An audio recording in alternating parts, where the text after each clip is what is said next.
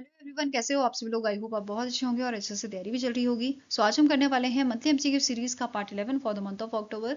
अगर आपने इसका प्रीवियस पार्ट नहीं देखा है तो आई बटन पे आप क्लिक कर सकते हैं। यहाँ पे आपको इसका लिंक विजिबल हो जाएगा और इस लेक्चर की जो पीडीएफ है वो आपको एज यूजुअल हमारे टेलीग्राम चैनल पे अपलोड कर दी जाएगी। So let's begin with the session. तो पहला आपका क्वेश्चन है, Padma awardee and legendary Indian advertiser Piyush Pandey who recently in October passed away was conferred with the Padma Shri in which year. तो यहाँ पे आप इनकी इमेज देख सकते हैं। He is a Indian advertiser Piyush Pandey, जिन्होंने बहुत सारी अच्छी अच्छी लाइनें हमें दी है। जैसे गुगली बुगली विश का एड आपने देखा होगा, तो ये जो लाइन है ये इन्होंने ही दी है। ठीक है। इसके अलावा हर घर कुछ कहता है, एशियन पेंट का एड था, राइट। ऐसे ही आपकी बार मोदी सरकार कितना आपने सुना होगा, तो ये लाइन भी किसने दी है, पीयूष पांडे जी ने ये लाइन दी थी। ठीक है। नाउ अब यहाँ पे क्वेश्चन क्या है, इनको कौन से ईयर में जो है पद्मा अवार्ड से नवाजा गया था। तो इनको जो है 2016 में पद्मा अवार्ड से नवाजा गया था। तो पद्मा अवार्ड से नवाजा गया था, मतलब पद्मश्री से, right. So answer here is it is option number ई। इसके अलावा इन्हें एक और अवार्ड मिला था, London international award legend award 2024 में। ठीक है। Now next is the Airbus SE, Leonardo SPA, Thales SA have signed an MOU to merge their satellite manufacturing and space system businesses. What percentage of stake will Airbus hold in a newly created European joint venture? So इसमें जो Airbus है ये hold करेगा आपका 35% के आपके stakes. ठीक है। So answer here is option number C. Share holding structure बाकियों का देखें, एयरबस का 35 हमने पढ़ा, आपके लियोनार्डो का 32.5 है and same for the Thales. ठीक है। ये जॉइंट वेंचर जो है इट इज एक्सपेक्टेड कि ये ऑपरेशनल होएगा आपका 2027 में एंड ये जनरेट करेगा 25,000 पीपल, मतलब ये एम्प्लॉयमेंट जनरेट करेगा 25,000 लोगों के लिए in the Europe and it is expected कि ये जनरेट करेगा around 6.5 billion euro of annual revenue. Now next question आता है आपका, पीएनबी जो है पंजाब नेशनल बैंक जो है, इन्होंने रिसेंटली 10% स्टेक आपके जो है इन्होंने अपने 10% स्टेक्स जो हैं वो इनमें से कौन सी इंश्योरेंस कंपनी में बेच दिए हैं, सोल्ड कर दिए हैं। तो answer here is option number B, that is Canara HSBC life insurance company जो है, इसमें पीएनबी का आपका स्टेक था। पहले 23% था, अब ये घट के 13% हो गया है क्योंकि 10% स्टेक्स इन्होंने अपने दे दिए हैं। ठीक है। For 1,007 crore. Okay. Now next up question है, the US based Blackstone Asset Management Company announced plan to acquire a 9.99% stake in which Indian company for 6,196.51 crore through a preferential allotments of warrant. तो recently US based Blackstone company जो है asset management company है ये, और इसने अभी 9.99% stake आपके acquire किए हैं इन दी फेडरल बैंक। ठीक है। कौन से बैंक में ये इन्होंने 9.99% स्टेक एक्वायर किए हैं, it is your federal bank, right. Federal bank की बात करें, इसके एमडी सीईओ हैं केवीएस मनियन, हेडक्वार्टर अलुवा केरला में है और इसकी शुरुआत 1931 में की गई थी। Now next up question है, doctor Ashok Kumar Veeramuthu was featured in a world's top 2% scientist list 2025 which is published annually by the Stanford University in collaboration with which publisher। तो अशोक कुमार वीरमुथु जो हैं इनका नाम आया है, फीचर हुआ है वर्ल्ड के टॉप 2% साइंटिस्ट लिस्ट में। ठीक है। 2025 की जो लिस्ट थी एंड ये आपकी जो लिस्ट है इसे पब्लिश किया जाता है Stanford University and Elsevier publishers द्वारा। ठीक है। तो आंसर आपका हो जाएगा it is option number B. और इनका नाम थर्ड कंसेक्यूटिव ईयर इस लिस्ट में आया है 2023, 24 और 25 में। ठीक है। बात करें अशोक कुमार जी की, तो ये प्रोफेसर एंड हेड है centre for waste management and renewable energy के in the Saveetha University Chennai and he earned this global recognition due to their research in the environmental and health fields जो primarily focus करते हैं waste management and clean energy पे। ठीक है। Now बात करें world top 2% scientist list की, तो इसमें 22 मेजर फील्ड्स आपकी हैं विद 174 सब फील्ड्स। एलिजिबिलिटी है top 1 lakh scientist globally by C score और with in top 2% of their sub field 2025 list. ठीक है। इसमें कवरेज की बात करें तो अप्रोक्सीमेटली 2.36 लाख रिसर्चर्स ग्लोबली यहाँ पे कवर किए जाते हैं। ठीक है। इंडिया की बात करें तो सिंगल ईयर कैटेगरी में 6,239 इंडियन फैकल्टी मेंबर्स यहाँ पे शामिल हुए हैं। करियर लॉन्ग कैटेगरी में 3,372 इंडियन रिसर्चर्स इसमें पार्ट बने हैं इसका, ठीक है। इसके अलावा टॉप इंस्टीट्यूशंस जैसे IITs, NITs, IISc बेंगलुरु, इनमें से भी रिसर्चर्स यहाँ पे आपके रहते हैं, ठीक है। अब बात करें एल्सेवियर पब्लिशर्स की, इसके CEO हैं कुमसल बयाजीत, हेडक्वार्टर इसका एम्स्टरडेम में है एंड इसे 1880 में आपका स्टैब्लिश किया गया था, ठीक है। नाउ नेक्स्ट आपका क्वेश्चन है, the Indian air force participated in the multinational air combat exercise, जिसका नाम है ocean sky 2025 and it is hosted by which countries air force. तो इस एक्सरसाइज को, ओशन स्काई 2025 एक्सरसाइज को होस्ट किया था स्पेन ने, और इंडियन एयरफोर्स जो है इसने यहाँ पे पार्टिसिपेट किया था, और and it was held at the Gando air base in Canary Island Spain, और 20 अक्टूबर से 31 अक्टूबर तक ये आपकी एक्सरसाइज चली थी, ठीक है। अब यहाँ पे इंडियन एयरफोर्स की तरफ से Su-30 Mk-1 फाइटर जेट जो है उनको यहाँ पे डिप्लॉय किया गया था, एंड इंडिया जो है ये फर्स्ट नॉन नाटो कंट्री बना था to take part in the Ocean Sky, ठीक है। नाउ नेक्स्ट क्वेश्चन है, government of India recently partnered with which country to establish the first IIT campus in that country, strengthening bilateral corporation in the education. तो government of India ने partnership की है आपकी Nigeria के साथ, ताकि Nigeria में IIT कैंपस आपका ओपन हो सके, ठीक है। इससे पहले भी हमने पढ़ा था कि IIT दिल्ली का कैंपस जो है वो आपका इनॉग्रेट हुआ था, ओवरसीज इनॉग्रेट हुआ था। कहाँ पे इनॉग्रेट हुआ था? It was in the Abu Dhabi, ठीक है, आबू धाबी में ये आपका हुआ था, फाइन। और यहाँ पे बोला जा रहा है नाइजीरिया में जो है आपका कैंपस खुलेगा ना, वो आपका 2026 में ऑपरेशनलाइज होगा, ठीक है। कैंपस साइट की बात करें तो federal government academy in Suleja, Niger state, and it is the second IIT campus in Africa. इससे पहले IIT मद्रास का जो कैंपस है वो आपका इनॉग्रेट किया गया था जेन जबीर इन तंजानिया, ठीक है। ये भी आपका अफ्रीका में है, और अफ्रीका की ये सेकेंड IIT कैंपस होगा, ठीक है। Now next up question है, which country was re-elected as a vice chairperson of a bureau for the Asia Pacific Group 4 for the term 2025-2027 during the 10th session of Conference of Parties, that is COP10, to International Convention Against Doping in Sports held at UNESCO in Paris, France। तो recently 10th edition आपका हुआ था, 10th session हुआ था COP10 का। COP10 bureau जो आपका है ये एक ऑर्गेनाइजेशन है, ठीक है, जहां पे डिस्कशन किया जाता है, रिव्यू किया जाता है एंटी डोपिंग रेगुलेशंस को, एंड आपकी पॉलिसीज इससे रिलेटेड बनाई जाती हैं, ठीक है। अब यहाँ पे री इलेक्ट किया गया है इंडिया को as a vice chairperson of a bureau of Asia Pacific group 4, ठीक है। तो answer is option number B, that is India को यहाँ पे as a vice chair appoint किया गया है, इलेक्ट किया गया है, ठीक है। नाउ ये जो मीटिंग थी ये 20 से 22 अक्टूबर तक चली थी, and it marked as a 20th anniversary of ICATS, ठीक है। नाउ अजरबैजान को इलेक्ट किया गया है as a chairperson of a COP10 bureau under the World Anti Doping Agency framework. Vice chair आपके इलेक्ट किए गए हैं Brazil, Zambia, Saudi Arabia, Arab state regions, ठीक है। नेक्स्ट इंडियन डेलीगेशन जो है it is led by Hari Ranjan Rao, जो secretary हैं, ठीक है, जो सेक्रेटरी हैं ministry of youth affairs and sports के, एंड अनंत कुमार जो DG हैं नेशनल एंटी डोपिंग एजेंसी के, ठीक है। Now next is the department for promotion of industry and internal trade, that is DPIIT ने साइन किया है एक MOU with which bank to enhance financial and non financial support for startups in India. तो recently DPIIT ने MOU sign किया है Kotak Mahindra bank के साथ, किस चीज के लिए? एनहांस करने के लिए फाइनेंशियल और नॉन फाइनेंशियल सपोर्ट को फॉर द स्टार्टअप्स, ठीक है। Now under this MOU Kotak Mahindra bank offer करेगा DPIIT रिकॉग्नाइज स्टार्टअप्स को, startups zero balance account, loan, digital payment and API based solutions. तो ये सब चीजें ये उन्हें प्रोवाइड करेगा along with mentorship, investment guidance and networking support, help करने के लिए help them to grow from ideation to scale, ठीक है। इसके अलावा DPIIT ने रिसेंटली एक और MOU साइन किया है प्रीमस पार्टनर्स इंडिया के साथ, स्ट्रेंथन करने के लिए इंडिया के स्टार्टअप इकोसिस्टम को, ठीक है।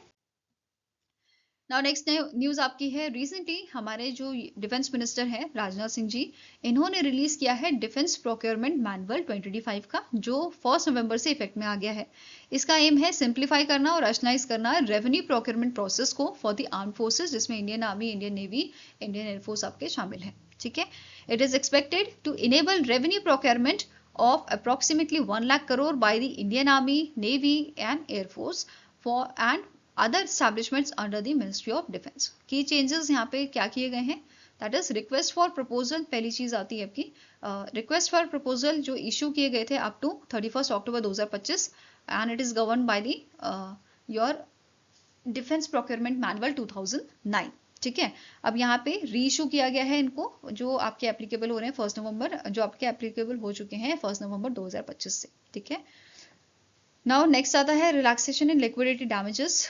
ये यहाँ पे liquidity damages on delayed delivery, ये इसमें कुछ छूट दी गई है। मैक्सिमम जो आपका लिक्विडिटी डैमेज है it remains 10% for the prolonged delays, तो यहाँ पे छूट मिली है। इसके अलावा पेनल्टी जो है वो हटाई गई है for the indigenisation projects, penalties rate lowered from 0.5% to 0.1% per week, introduce assured order up to 5 years or more for indigenous items। ठीक है, पेनल्टी यहाँ पे कम की गई है। इसके अलावा लिमिटेड टेंडर इंक्वायरी आपकी है।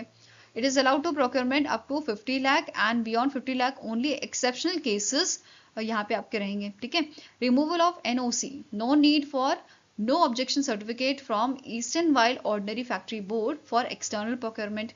नेक्स्ट यहाँ पे आपका पॉइंट है, यहाँ पे अलाउ किया गया है 15% upfront growth in ship repairs, refits and aviation overhauls, और इसका एम है बूस्ट करना एमआरओ फैसिलिटीज को, एनहांस करना रेडीनेस को। ठीक है, नेक्स्ट आता है प्रॉपेरिटी आर्टिकल सर्टिफिकेट। ठीक है, these rules redefines validity period retain at 2 years।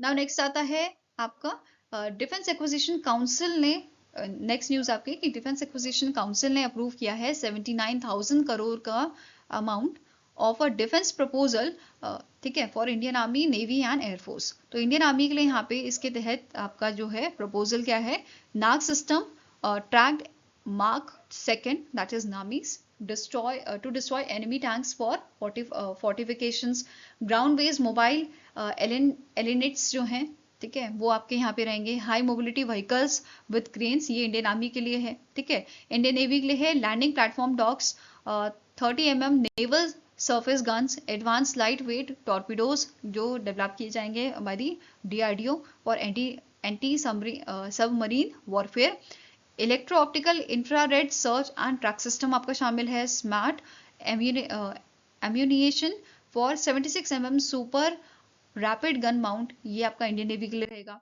Indian army के लिए है collaborative long range target saturation और destruction system which is capable of autonomous take off, navigation, target detection and payload delivery. ठीक है, इसके साथ ही एक और न्यूज आपकी है डिफेंस रिलेटेड कि हमारे जो डिफेंस मिनिस्टर है राजनाथ सिंह जी, इन्होंने इनॉग्रेट किया है शौर्य वन इन जैसलमेर। ठीक है, जैसलमेर राजस्थान में। It features cacti cum botanical garden in the Thar desert, इसमें इंक्लूडेड है light and sound show dedicated to bravery of Indian soldiers, और ये लोकेटेड है 1971 इंडो पार्क वॉर म्यूजियम में। ठीक है, नियर दिस म्यूजियम। ठीक है, इसका मेन पर्पस है honour the valour and sacrifices of Indian armed forces persons. ठीक है, नाउ इस पे बेस्ड क्वेश्चन है, under the DPM 2025 what is the maximum limit of liquidated damages for delayed delivery. तो ये आपकी जो है कितना कर दिया गया है, 10% ये आपका है, तो आंसर हो जाएगा option number C. Now next up question है, which state government recently signed MOU with the central government to join the PM Shri scheme, Prime Minister School for Rising India scheme। तो answer आपका हो जाएगा that is Kerala. Kerala ने recently MOU sign किया है हमारी central government के साथ ज्वाइन करने के लिए PM श्री स्कीम को, and here the state plans to secure 1446 crore for modernising the government school. ठीक है, इसमें जो हर एक सेलेक्टेड स्कूल होगा उसे 1 करोड़ पर ईयर का यहाँ पे अमाउंट दिया जाएगा for a 5 year for infrastructure and quality enhancement. ठीक है, नाउ PM श्री स्कीम की बात करें तो 2022 में लॉन्च की गई थी। इसे इंप्लीमेंट कौन करता है, it is implemented by the central government in collaboration with state and UTs, local bodies, KVS and Navodaya Vidyalaya समिति। ठीक है। इसका एम है मॉडर्नाइज करना है और क्वालिटेटिवली स्ट्रेंथन करना है एग्जिस्टिंग गवर्नमेंट स्कूल्स को to showcase implementation of the national education policy. ठीक है, इसके की फीचर हैं जैसे इसका एम है स्टैब्लिश करना है over 14,500 PMC schools across India. ठीक है, इसके अलावा फंडिंग की अगर हम बात करें, फंडिंग एंड फाइनेंशियल सपोर्ट की, तो टोटल प्रोजेक्ट कॉस्ट आपकी 27,360 करोड़ की है फॉर द 5 ईयर। 5 साल का ये आपका प्रोजेक्ट है 2022-23 से 2026-27 तक का। फंडिंग पैटर्न की बात करें, अगर सेंटर और स्टेट्स की बात करें तो यहाँ पे 60-40 का रेशियो चलता है। अगर नॉर्थ ईस्टर्न स्टेट्स यहाँ पे आ जाते हैं तो 90 और 10 का, मतलब सेंट्रल गवर्नमेंट 90% और जो हमारा नॉर्थ ईस्टर्न स्टेट है वो आपका रहेगा 10%। ठीक है, और 100% सेंट्रल फंडिंग होती है फॉर यूटीज विदाउट लेजिस्लेचर्स। ठीक है। नाउ नेक्स्ट क्वेश्चन है, the Indian Coast Guard recently launch 2 advance fast patrol vessel named ICGS Ajit and ICGS Aparajit. These were built by which shipyard? तो रिसेंटली इंडियन कोस्ट गार्ड जो है इन्होंने 2 ship launch किए हैं, fast patrol vessels इन्होंने launch किए हैं। एक का नाम है अजीत, दूसरे का नाम है अपराजीत। ठीक है, ये डेवलप किए हैं, डिजाइन और डेवलप किए गए हैं गोवा शिपयार्ड लिमिटेड द्वारा। ठीक है, आंसर आपका यहाँ पे है ऑप्शन नंबर डी। ये दोनों वेसल जो हैं इनके दूसरे नाम आप देख सकते हो, यार्ड 1276 एंड यार्ड 1277। ठीक है, ये 7th and 8th वेसल है in the series of 8 indigenously build fast patrol vessel by the Goa shipyard limited. ठीक है, इसकी लेंथ 52 मीटर की है और डिस्प्लेसमेंट आपका 320 टन्स का रहेगा। इसके अलावा इससे पहले जो आपके 6 फास्ट पेट्रोल वेसल लॉन्च किए गए हैं वो कौन कौन से थे? इंडियन कोस्ट गार्ड शिप अदम्य, अक्षर, अमूल्य, अक्षय, आंचल और अटल। ठीक है, नाउ इंडियन कोस्ट गार्ड की बात करें, इसके डीजी हैं परमेश शिवमणि, हेडक्वार्टर न्यू दिल्ली में लोकेटेड है, 1978 में इसे स्टैब्लिश किया गया था। Now next is, which Indian public sector undertaking under the Ministry of Defence recently signed a MOU with Italy-based TESMEC SPA to introduce advanced surface miner equipment in India? तो इनमें से कौन सी कंपनी है जिसने recently MOU sign किया है Italy की organisation के साथ इंट्रोड्यूस करने के लिए advance surface miner equipment India में? तो इट इज BEML। ठीक है, कौन सी कंपनी है? इट इज BEML, जिसके CMD है शांतनु रॉय, हेडक्वार्टर्स का बेंगलुरु कर्नाटका में लोकेटेड है। Now next question है, which product launched by City Union Bank in India's first AI-enabled credit card designed for MSME customers during the Global FinTech Fest 2025 जो आपका मुंबई में हुआ था? ठीक है, सो इनमें से कौन सा प्रोडक्ट लॉन्च किया है सिटी यूनियन बैंक ने? वैसे तो बहुत सारे यहाँ पे सेवरल यहाँ पे इनिशिएटिव्स इन्होंने लॉन्च किए हैं, पर अभी हम बात कर रहे हैं AI इनेबल्ड क्रेडिट कार्ड की, जिसको MSME कस्टमर्स के लिए डिजाइन किया गया है एंड इसका नाम है आपका CUB रुपे MSME कार्ड। ठीक है, क्या नाम है? CUB city union bank RuPay MSME card. इसको लॉन्च किया है आपका सिटी यूनियन बैंक ने। ठीक है, अब अदर इनिशिएटिव्स कौन कौन से हैं? जैसे internet of things based UPI payment. ठीक है, UPI सर्कल माई डिवाइसेस यहाँ पे लॉन्च किया गया था। ठीक है, जैसे हम स्मार्ट टीवी से भी अपना जो है पेमेंट कर सकते हैं। ठीक है, इसके अलावा यहाँ पे स्टैटिक इन्फॉर्मेशन भी कवर करते हैं सिटी यूनियन बैंक की। इसके करंट MD एंड CEO है डॉक्टर N कामाकोडी, हेडक्वार्टर आपका तमिलनाडु में लोकेटेड है और इसकी टैगलाइन है trust and excellence since 1904। Now other initiatives की बात करते हैं, जैसे UPI रिजर्व पे, ये अलाउ करता है कस्टमर्स को कि वो अपना अमाउंट जो है वो ब्लॉक कर सकते हैं, a certain amount of funds they can block and from their linked account. ठीक है, मतलब कुछ फंडिंग जो आपके हैं जितना आप चाहो उतना आपका यहाँ पे ब्लॉक कर सकते हो। ठीक है, नेक्स्ट है UPI हेल्प, नाम से पता चल रहा है it is AI driven support, जो आपका इंस्टेंट रेजोल्यूशन आपको प्रोवाइड करेगा of a payment queries and fraud alerts. Next आता है मल्टी सिग्नेटरी वर्कफ्लोस, जो इंट्रोड्यूस करता है multiple approval layer for corporate and B2B UPI payments. Next आता है UPI enable cash withdrawals, QR scan करके आप यहाँ पे कैश विड्रॉल कर सकते हो। ठीक है, देन नेक्स्ट आता है bio authentication and face authentication, तो आप बायोमेट्रिक से और फेशियल रिकॉग्निशन से अपना जो है पेमेंट कर सकते हो UPI का।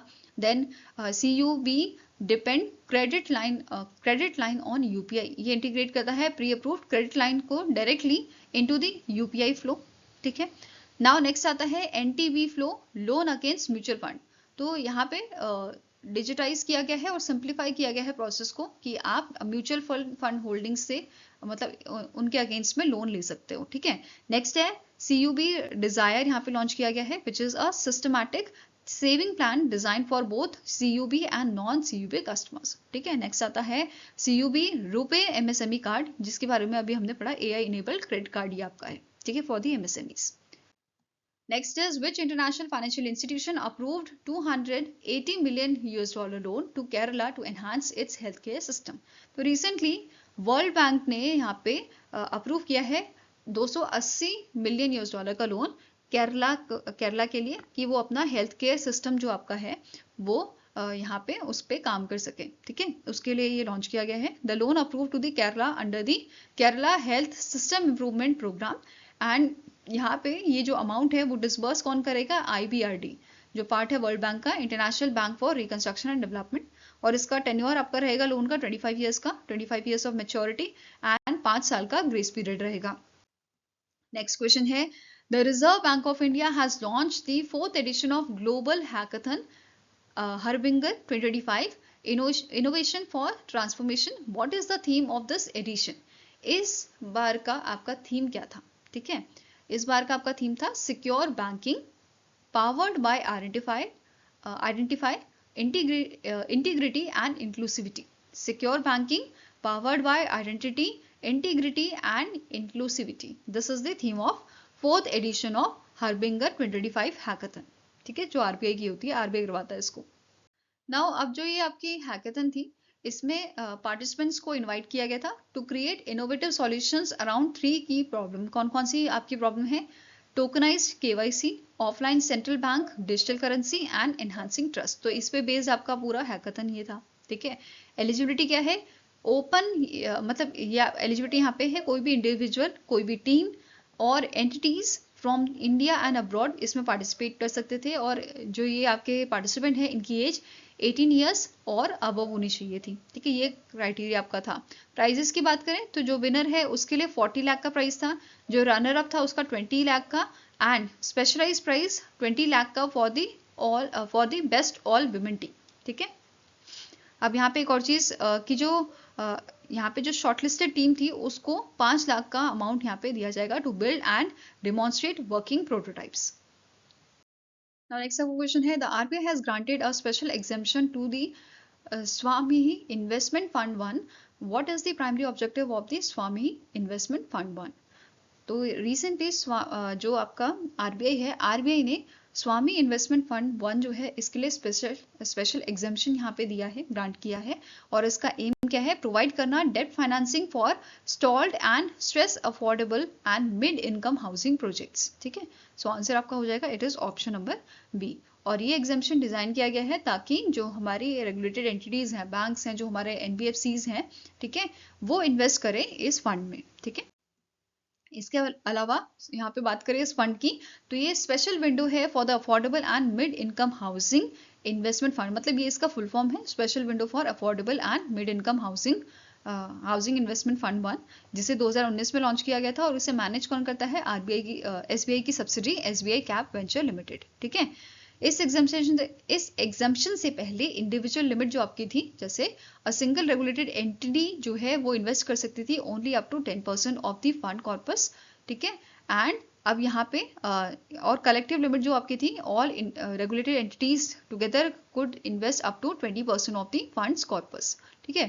पहले ये आपका इंडिविजुअल का 10% था और कलेक्टिव लिमिट जो थी वो आपकी 20% हुआ करती थी before this exemption, right. Now next आपको क्वेश्चन है which country become the 90th state member of IUCN in 2025? So इनमें से कौन सी कंट्री है जो 90th स्टेट मेंबर बनी है आपका IUCN का? So it is तुवालू, ठीक है। कौन सी कंट्री है? It is Tuvalu. और अभी recently IUCN leadership and regional council election हुए थे 2026 से 2029 के बीच में, और वहीं पे ये न्यूज़ भी आपकी आई थी, ठीक है। अब बात करते हैं इसे, तो IUCN ने यहाँ पे जो काउंसिल इलेक्शन किए हैं उसमें प्रेसिडेंट आपके जो है री इलेक्ट किए गए हैं, जिनका नाम है रजान खलीफा अल मुबारक, ठीक है। सेकेंड टर्म इनका आपका जो है शुरू होगा अभी, ठीक है।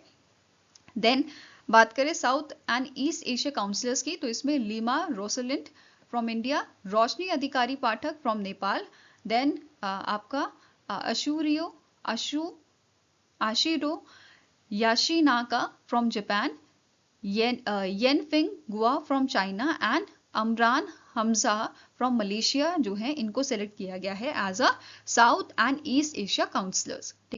इसके अलावा कमीशन चेयर्स भी यहाँ पे अपॉइंट किए गए थे, जैसे डॉक्टर मधु राव इंडिया से, डॉक्टर मार्गरेट ओटियानो केनिया से, doctor Lete from Canada, Ernesto Herrera from Mexico, doctor Christiana Voigt इन्हें रिलेक्ट किया गया है, एंड मैनुअल पुलगार विदल जो है इनको भी पेरू से इनको भी रिलेक्ट यहाँ पे किया गया था। इसके अलावा एक और अपॉइंटमेंट यहाँ पे हुआ है, विवेक मेनन जो है इनको जो Indian wild life conservationist author photographer हैं इनको इलेक्ट किया गया है chair of IUCN species survival commission का फॉर द 2025-2029 टर्म, एंड ये पहले एशियन बने हैं who will lead this SSC in the 75-year history. ठीक है, ही is a founder and executive director of wild life trust of India, and ये IUCN से associated हैं ओवर 25 ईयर्स से। इसके साथ ही इन्होंने सर्व किया है chair of SSC Asian elephant specialist group का and IUCN as an IUCN councillor. ठीक है, नाउ नेक्स्ट आपको क्वेश्चन है, which of the following country were removed from the FATF financial action task force grey list in October 2025। तो FATF का plenary session हुआ था आपका, ठीक है, पेरिस फ्रांस में हुआ था, 4th एडिशन था, और इसी दौरान यहाँ पे कुछ चेंजेस किए गए हैं FATF की ग्रे लिस्ट में। ठीक है, 2 लिस्ट होती हैं, ग्रे एंड ब्लैक। ब्लैक वाली आपकी हाई रिस्क वाली होती है, ठीक है, और ग्रे लिस्ट की बात करें तो इसमें अभी रिसेंटली 4 कंट्रीज को हटाया गया है। एक आपकी नाइजीरिया है, दूसरा है south Africa, Mozambique, Burkina Faso. ठीक है, तो ये चारों को हटाया गया है FATF की ग्रे लिस्ट से। अब कौन सी कंट्रीज इसमें शामिल है, वैसे तो बहुत सारी कंट्रीज हैं, इसमें कुछ नाम मैंने आपको बता देती हूँ यहाँ पे, Algeria, Angola, Bolivia, Bulgaria, Cameroon, Cote d'Ivoire, DR Congo, Haiti, Kenya, Lebanon, Nepal, Venezuela, Vietnam, ये सारे आपके आते हैं ग्रे लिस्ट में। ठीक है, इसके अलावा भी और भी कंट्रीज यहाँ पे हैं।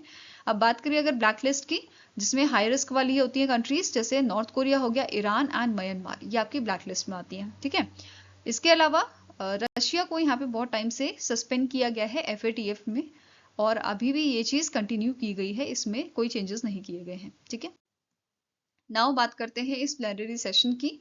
सो FATF का 4th प्लेनरी सेशन जो था 4th वाला था, और इसे पेरिस फ्रांस में आपका ऑर्गेनाइज किया गया था 22 टू 24 अक्टूबर।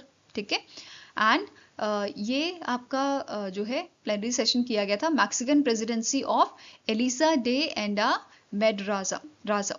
ठीक है, अब यहाँ पे जमाइका एंड नाइजीरिया ने ज्वाइन किया था FATF plenary and working groups को for the first time along with Kenya. ठीक है, अब यहाँ पे इस मीटिंग के इस प्लेनरी सेशन के क्या आउटकम्स थे, जैसे यहाँ पे अडॉप्ट किया गया है new evolution report for Belgium and Malaysia under the FATF's updated assessment system, जो फोकस करता है on the result of anti money laundering, countering the finance of terrorism, countering the proliferation financing. ठीक है, next आता है आपका यहाँ पे अप्रूव किया गया है new global guidance for helping nations to strengthen their framework for recovering criminal proceedings and improve करने के लिए क्रॉस बॉर्डर कॉर्पोरेशन को। ठीक है, नेक्स्ट आता है यहाँ पे इंट्रोड्यूस किया गया है new tool to identify emerging financial crime risk for AI and deepfakes. ठीक है, horizon scan. Now starting information देखते हैं। FATF के करंट प्रेसिडेंट है Elisa de Anda Madrazo from Mexico, headquarter इसका पेरिस फ्रांस में है, और 1989 में इसे स्टैब्लिश किया गया था। नाउ नेक्स्ट आपके आते हैं न्यूज। 16th सेशन अभी रिसेंटली हुआ है United nation conference on trade and development का, UNCTAD 16 का, जो जिनेवा स्विट्जरलैंड में आपका हुआ है, राइट।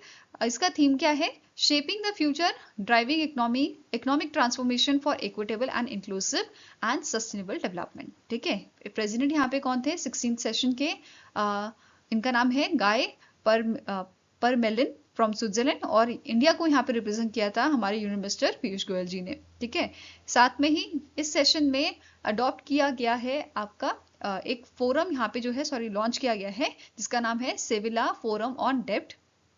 इसको लॉन्च किया गया है टैकल करने के लिए entrenched debt crisis को in a developing countries. ठीक है, this is led by the Spain and it is supported by UNCTAD, United Nations Department of Economic and Social Affairs, UNGSA, ताकि it will bring together all stakeholders, creditor, borrowers, international financial institution and academia on a debt sustainability management and innovation solution. ठीक है, इसी के साथ इस session में इस conference में जो मोनिका रूबिओलो हैं, जो स्विट्जरलैंड से बिलोंग करते हैं, स्विट्जरलैंड के state secretariat for economic affairs से आपके बिलोंग करते हैं, इन्होंने एक अग्रीमेंट साइन किया है रेबेका ग्रिन्सपेंस के साथ, जो सेक्रेटरी जनरल है यूएनसीटीएडी के, pledging 4 million Swiss francs to support UNCTAD's e commerce and digital economy programme 2025 से 2029 का जो आपका प्रोग्राम है. इसके अलावा अदर आपके डोनर्स रहे हैं ऑस्ट्रेलिया, नीदरलैंड, स्वीडन. ओके, इसके अलावा अपकमिंग इवेंट जो आपके हैं यूएनसीटीएडी के, जैसे second UN global supply chain forum जो है ये आपका होस्ट किया जाएगा साउदी एरिया में 2026 में. ठीक है, in partnership with the Saudi ports authority, और कब होगा? नवंबर 2026 में होगा. इसके अलावा 9th एडिशन आपका रहेगा वर्ल्ड इन्वेस्टमेंट फोरम का. It is announced by Rebecca Grynspan and it will be hosted by Qatar in 2026. ठीक है, नाउ स्टैटिक इन्फॉर्मेशन कवर करते हैं यूएनसीटीएडी की. इसके सेक्रेटरी जनरल है Rebeca Grynspan, headquarters Geneva Switzerland में लोकेटेड है और इसे 1964 में एस्टैब्लिश किया गया था. नाउ नेक्स्ट आपका क्वेश्चन है, the ministry of mines recently recognised 2 additional institutes as centre of excellence under the national critical mineral mission. As of October 2025, what is the total number of center of excellence recognized under the National Critical Mineral Mission? So answer आपका हो जाएगा it is option number D. Total अभी 9 हुए हैं और कौन से 2 recently add हुए हैं? तो IISc Bengaluru and centre for materials for electronics technology Hyderabad Telangana, इन दोनों को रिसेंटली ऐड किया गया है. ठीक है, नाउ नेक्स्ट है, which ministry has launch the new toll free helpline number 1515 effective from 1st November 2025, replacing the existing helpline 14408 for beneficiaries of पोषण अभियान एंड प्रधानमंत्री मातृ वंदना योजना. तो रिसेंटली हेल्पलाइन जो है आपकी है दोनों इनिशिएटिव के लिए, पोषण अभियान के लिए और प्रधानमंत्री मातृ वंदना योजना के लिए ये चेंज हुई है. नया नंबर जो है हेल्पलाइन नंबर वो है आपका 1515, पुराना क्या था? 14408 था. ठीक है, तो कौन सी मिनिस्ट्री द्वारा इसको लॉन्च किया गया है? तो यहाँ पे एक नाम पढ़िए आप, प्रधानमंत्री मातृ मीन्स माँ कौन होती है? विमेन होती है. सो ministry of women and child development द्वारा इसको लॉन्च किया गया था. ठीक है, अब बात करते हैं स्कीम की. तो प्रधानमंत्री मातृ Vandana Yojana centrally sponsored scheme है अंडर दी मिशन शक्ति सब स्कीम समर्थ्य, और इसे इंप्लीमेंट कौन करता है? Ministry of women and child development द्वारा इसको इंप्लीमेंट किया जाता है. ठीक है, नाउ यहाँ पे फाइनेंशियल असिस्टेंट प्रोवाइड किया जाता है pregnant women and lactating mothers को, जो बिलोंग करती हैं socially and economically disadvantage section of society से. ठीक है, नाउ ऑब्जेक्टिव क्या है स्कीम का? कि हमें इंप्रूव करनी है maternal and child health outcomes को, प्रमोट करना है health seeking behaviour among the pregnant and lactating women. तीसरा है हमें सपोर्ट करना है nutrition needs pregnancy and post delivery में. ठीक है, during the pregnancy and post delivery. इसके अलावा यहाँ पे हमने बात की कि फाइनेंशियल असिस्टेंट प्रोवाइड किया जाता है, तो 5000 का कैश इंसेंटिव यहाँ पे जो है आपका प्रोवाइड किया जाता है फर्स्ट चाइल्ड के लिए, given in the 2 instalment, and additional 1000 यहाँ पे प्रोवाइड किया जाता है under the Janani Suraksha Yojana after institutional delivery, making it 6000 totally. और सेकेंड चाइल्ड अगर गर्ल चाइल्ड है तो 6000 रुपए यहाँ पे दिए जाते हैं. And in case of miscarriage और स्टिल बर्थ विमेन जो है इनको ट्रीट किया जाता है as a fresh beneficiaries in the next pregnancy. ठीक है, इम्प्लीमेंटेशन की बात करें तो यहाँ पे आधार ऑथेंटिकेशन आपका यूज किया जाता है and NPCI verification for the secure डेब्ट डायरेक्ट बेनिफिट ट्रांसफर पेमेंट. ठीक है, and it is operational and it is operated by state and UT officials through the field level workers, जैसे आशा वर्कर्स हो गए या आंगनवाड़ी वाले वर्कर्स आपके हो गए. ठीक है, नेक्स्ट यहाँ पे बात करते हैं एलिजिबिलिटी की. तो SC ST women with disability, जिनकी डिसेबिलिटी आपकी ज़्यादा है 40% से, ठीक है, उनको यहाँ पे इंक्लूड किया जाता है. जो BPL कार्ड होल्डर्स हैं, PMJY कार्ड होल्डर हैं, ई श्रम कार्ड होल्डर हैं, ठीक है, मनरेगा जॉब कार्ड होल्डर हैं, वो भी इसमें शामिल है आपके. Women farmers under the PM किसान, ऐसी फैमिली जिसकी फैमिली इनकम आपकी 8 लाख पर एनम से कम है. ठीक है, वो इसमें आपके जो है एलिजिबल होते हैं। Pregnant lactating womens, anganwadi workers जो आपके हो गए, आशा वर्कर्स हो गए, ठीक है। Any other category which is notified by the central government, तो वो सारे इसमें आपके एलिजिबल होते हैं, ठीक है। नेक्स्ट आता है, the government of India has approved the extension of a life cycle 75 and balanced life cycle investment option for the central government employees under the NPS and UPS under the LC 75 under the life cycle 75 investment option, the maximum equity exposure allowed is dash. तो recently government of India ने extension आपका कर दिया है life cycle 75 और balance life cycle का investment का, हमारे जो सेंट्रल गवर्नमेंट एम्प्लॉयज हैं उनके लिए under the NPS and UPS, ठीक है। और इसके तहत एलसी 75 इन्वेस्टमेंट ऑप्शन जो है, इसमें मैक्सिमम कितनी इक्विटी एक्सपोजर अलाउड होता है, तो इट इज 75, ठीक है। एलसी 75 मीन 75% इक्विटी एक्सपोजर यहाँ पे आपका जो है अलाउड है, ठीक है। अब यहाँ पे ये जो ऑप्शन है ये अलाउ करते हैं एम्प्लॉय को कि वो डिसाइड कर सकता है कि कितना अमाउंट जो है of their saving are invested in the equities, then आपका गवर्नमेंट सिक्योरिटीज, अदर एसेट्स, जो डिपेंड करेगा आपका on the risk appetite and age. इसके अलावा और कौन से अवेलेबल इन्वेस्टमेंट चॉइसेस हैं, तो एक डिफॉल्ट ऑप्शन रहता है स्टैंडर्ड पैटर्न जो डिफाइन किया हुआ है पीएफआरडीए ने। दूसरा है स्कीम जी नाम से 100% गवर्नमेंट सिक्योरिटीज में ये आपका रहता है, ठीक है। Then LC 25% equity exposure up to 25% equity exposure. ऐसे ही एलसी 50 वाला है 50% equity exposure. LC 75% equity exposure इसमें रहता है, ठीक है। Temporary age 35 to 55। ऐसे ही बैलेंस लाइफ साइकिल आता है, ये वेरिएंट आपका एलसी 50 का, equity exposure starts tapering from age 45, ठीक है। नाउ नेक्स्ट न्यूज आपकी है, badminton world federation world junior championship आपका हुआ था, ठीक है। 6 से 19 अक्टूबर को हुआ था, कहाँ पे, गुवाहाटी असम में हुआ था, ठीक है। It is the second time कि इंडिया ने इसे होस्ट किया है, पहली बार 2008 में इसे होस्ट किया गया था। इसमें आपकी 2 टाइप की चैंपियनशिप होती हैं, एक है सुहानी नाता कप जो मिक्स टीम इवेंट होता है आपका, एंड आई लेवल कप जो इंडिविजुअल इवेंट्स होते हैं जिसमें single, doubles and mix doubles आपके खेले जाते हैं, ठीक है। अब इंडिया की बात करें तो इंडिया की टीम ब्रॉन्ज जो है उसने पार्टिसिपेट किया था यहाँ पे, एंड इंडिया ने फर्स्ट एवर मेडल जीता था आपका सुहान दीनाता कप में, और हमने जो है डिफीट किया था साउथ कोरिया को टू रीच दी सेमीफाइनल, ठीक है। अब ओवरऑल बात करें तो चाइना ने यहाँ पे गोल्ड जीता है, फॉलोड बाय इंडोनेशिया ने सिल्वर, और इंडिया और जापान ने शेयर किया था आपका ब्रॉन्ज मेडल, ठीक है। इंडिविजुअल सिल्वर में तन्वी शर्मा जो है इन्होंने सिल्वर मेडल जीता था, एंड ये आपकी जो है इंडियन वुमेन बनी है, मतलब जिन्होंने सिल्वर मेडल जीता है आफ्टर साइना नेहवाल जिन्होंने 2008 में गोल्ड जीता था, और अपर्णा पोपट जिन्होंने सिल्वर जीता था 1996 में, ठीक है। इंडियन मेडल टैली की बात करें तो टोटल यहाँ पे 11 मेडल थे, 1 गोल्ड, 4 सिल्वर और 6 ब्रॉन्ज मेडल थे, ठीक है। अब इसी पे बेस क्वेश्चन कर लेते हैं कि in which year did India host the BWF world junior championship for the first time. तो पहली बार इसे 2008 में आपका जो है होस्ट किया गया था इंडिया द्वारा, ठीक है। तो answer is option number B. Next question है, who has been elected as a new chair of a board of directors of Citigroup effective from 22 October 2025। तो रिसेंटली आपके नए chair of board of director आपके appoint किए गए हैं city group के, इनका नाम है जेन फ्रासर, ठीक है। क्या नाम है, जेन फ्रासर, और इन्होंने रिप्लेस किया है जॉन डुगान को, ठीक है, जिनका जो यहाँ पे एज अ चेयर काम कर रहे थे 2019 से, ठीक है। नाउ जेनी फ्रासर जो है इन्होंने वर्क किया है मर्जर एंड एक्विजिशन में इन दी गोल्डमैन सैच, मैककिंसे एंड कंपनी में भी इन्होंने काम किया हुआ है, और 2021 में ये सिटी ग्रुप की सीईओ बनी थी, और ये आपका फर्स्ट मतलब पहली वुमेन बनी थी to lead the major USA bank, ठीक है।